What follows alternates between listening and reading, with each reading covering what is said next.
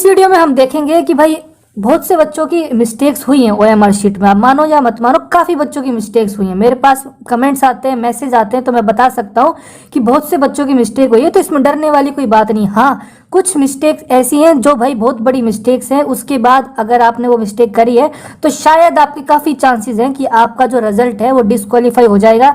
उसमें रिजेक्टेड लिखा आएगा, फेल लिखा नहीं आएगा, रिजेक्टेड लिखा आएगा, क्योंकि आपने कोई बहुत ही बड़ी ब्लंडर मिस्टेक कर दी है जिसकी वजह से आपका रिजल्ट रिजेक्ट कर दिया गया है एआईबी बीसीआई के द्वारा।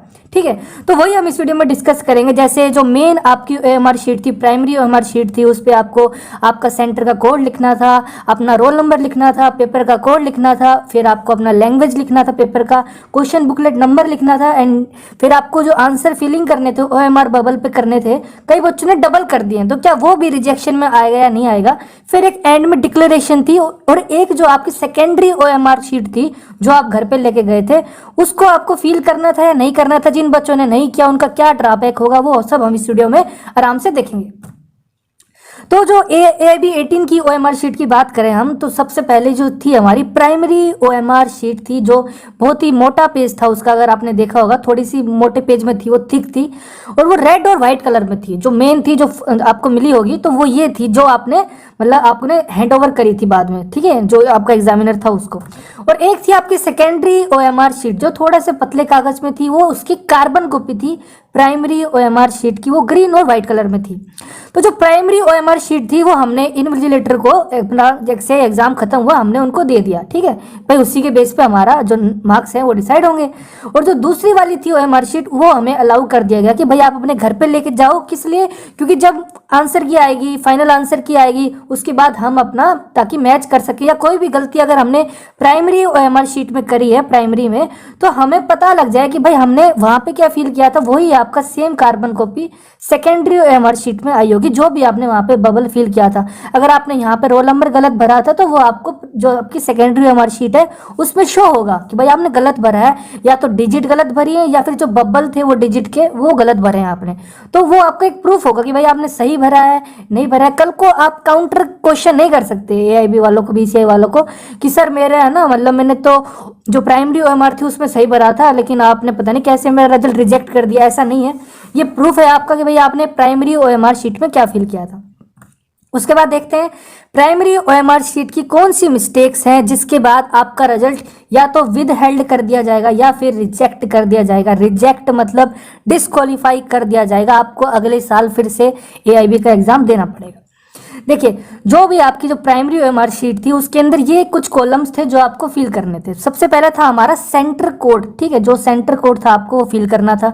उसके बाद आपका एआईबी रोल नंबर फिल करना था। उसके बाद क्वेश्चन बुकलेट सेट कोड जो ABCD थे वो फिल करने थे। उसके बाद क्वेश्चन बुकलेट की जो लैंग्वेज है आपकी वो फिल करनी थी, इंग्लिश है, हिंदी है, कन्नड़ है, तेलुगु है, मराठी है, गुजराती है, वो सब आपको फिल करने थे। क्वेश्चन बुकलेट नंबर फिल करना था, जो आपका क्वेश्चन बुकलेट नंबर होगा वो आपको फिल करना था। उसके बाद जो आंसर वाले पोर्शन में जो 100 आंसर थे वहां पे हम जो बबल फिल करने थे उसमें हमें बबल फिल करने थे। वो भी देखिए कई लोगों ने गलतियां कर दी हैं, उसके बारे में हम डिटेल में बात करेंगे। और एक एंड में आपको डिक्लेरेशन पे अपना नाम लिखना था, आई जैसे आई विकास यादव, और नीचे उसका सिग्नेचर करना था। ये एक डिक्लेरेशन वाला कॉलम था। ये था फ्रंट साइड जो प्राइमरी ओएमआर शीट थी। और एक आपका जो था सेकेंडरी ओएमआर शीट, वो हम आगे डिस्कस करेंगे। तो सबसे पहले हम इंस्ट्रक्शंस देख लेते हैं जो आपके सेकेंडरी ओएमआर शीट पे लिखी हुई थी कि भाई आपको ये एग्जाम में क्या क्या इंस्ट्रक्शंस हैं ओएमआर शीट के रिगार्डिंग। तो सबसे पहले बोल रहा है कि use only blue black ball point pen for writing on the answer sheet and darking the ovals. ध्यान देना, ये बहुत मतलब इसके अंदर भी मतलब कई बच्चों ने गलती करी होगी। इसमें लिखा हुआ है फॉर राइटिंग मतलब जहां पे आप अपना सेंटर कोड का डिजिट भर रहे हो, जैसे 1 2 3 4 मान लो आपका सेंटर कोड था, तो 1 2 3 4 जहां पे आपने लिखा है ना, वो भी आपका ब्लू या ब्लैक बॉल पेन से लिखा होना चाहिए। और जो बबल फिल करोगे एंड डार्किंग द ओवल्स, वो भी ब्लू ब्लैक बॉल पॉइंट से होने चाहिए।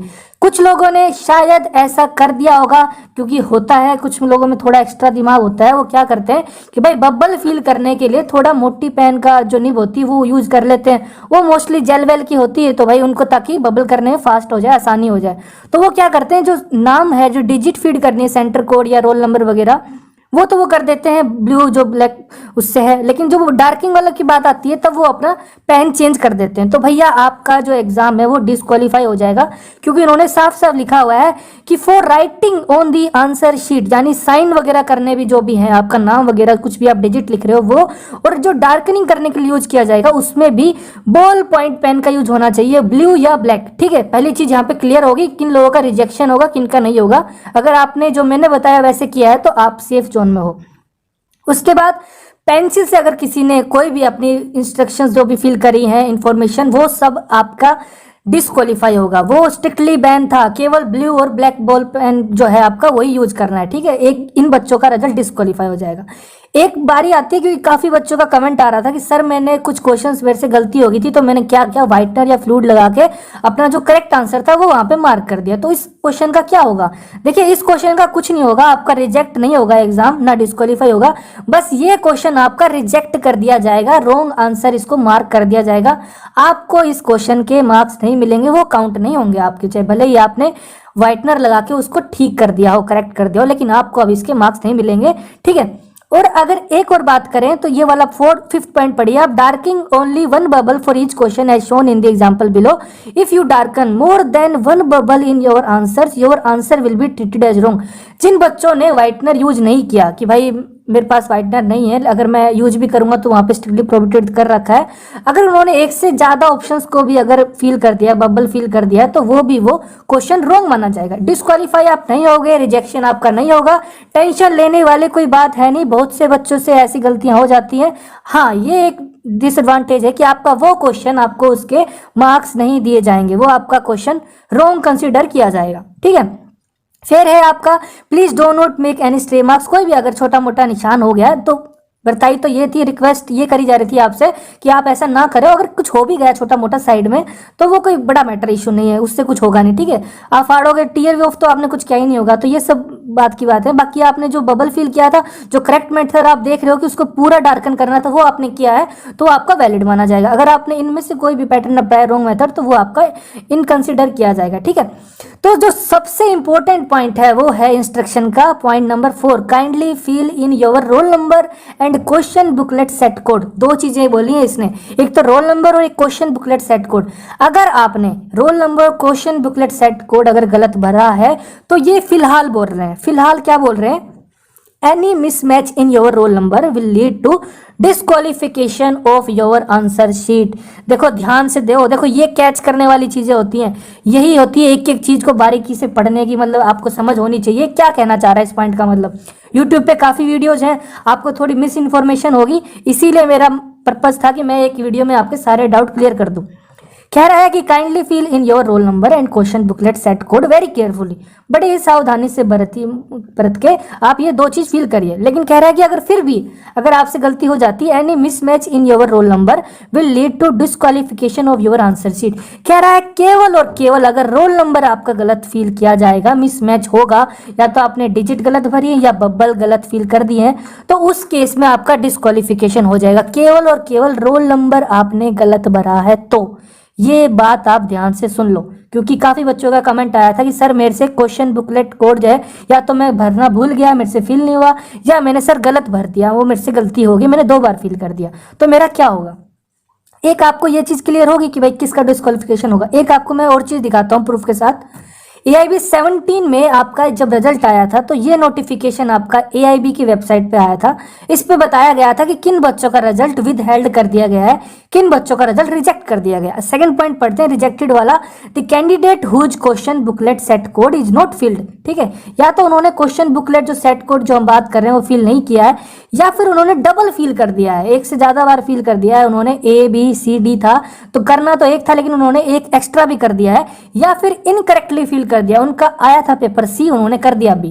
तो इन्हीं 3 सिचुएशंस में बोला गया था कि their results have been rejected. ठीक है, रिजेक्ट कर दिया गया, डिस्क्वालीफाई कर दिया गया। आपको अब AIB नेक्स्ट वाला ईयर में जो होगा वो देना पड़ेगा। लेकिन क्या हुआ, काफी बच्चों ने उनको रिक्वेस्ट किया, मेल किया, मैसेज किया, हेल्प डेस्क पे बात करी, पर्सनली उनसे काफी रिक्वेस्ट करी कि सर थोड़ा सा गलती हो गया। उसके बाद कमेटी ने डिसीजन लिया, dear candidates, as per the direction of honourable committee the result of AIB 17 of all the candidates who have negligently omitted to fill up their set code in their OMR answer sheet, their result have been emailed to their registered email ID। उनके बाद उन बच्चों का result उनकी email ID पे send कर दिया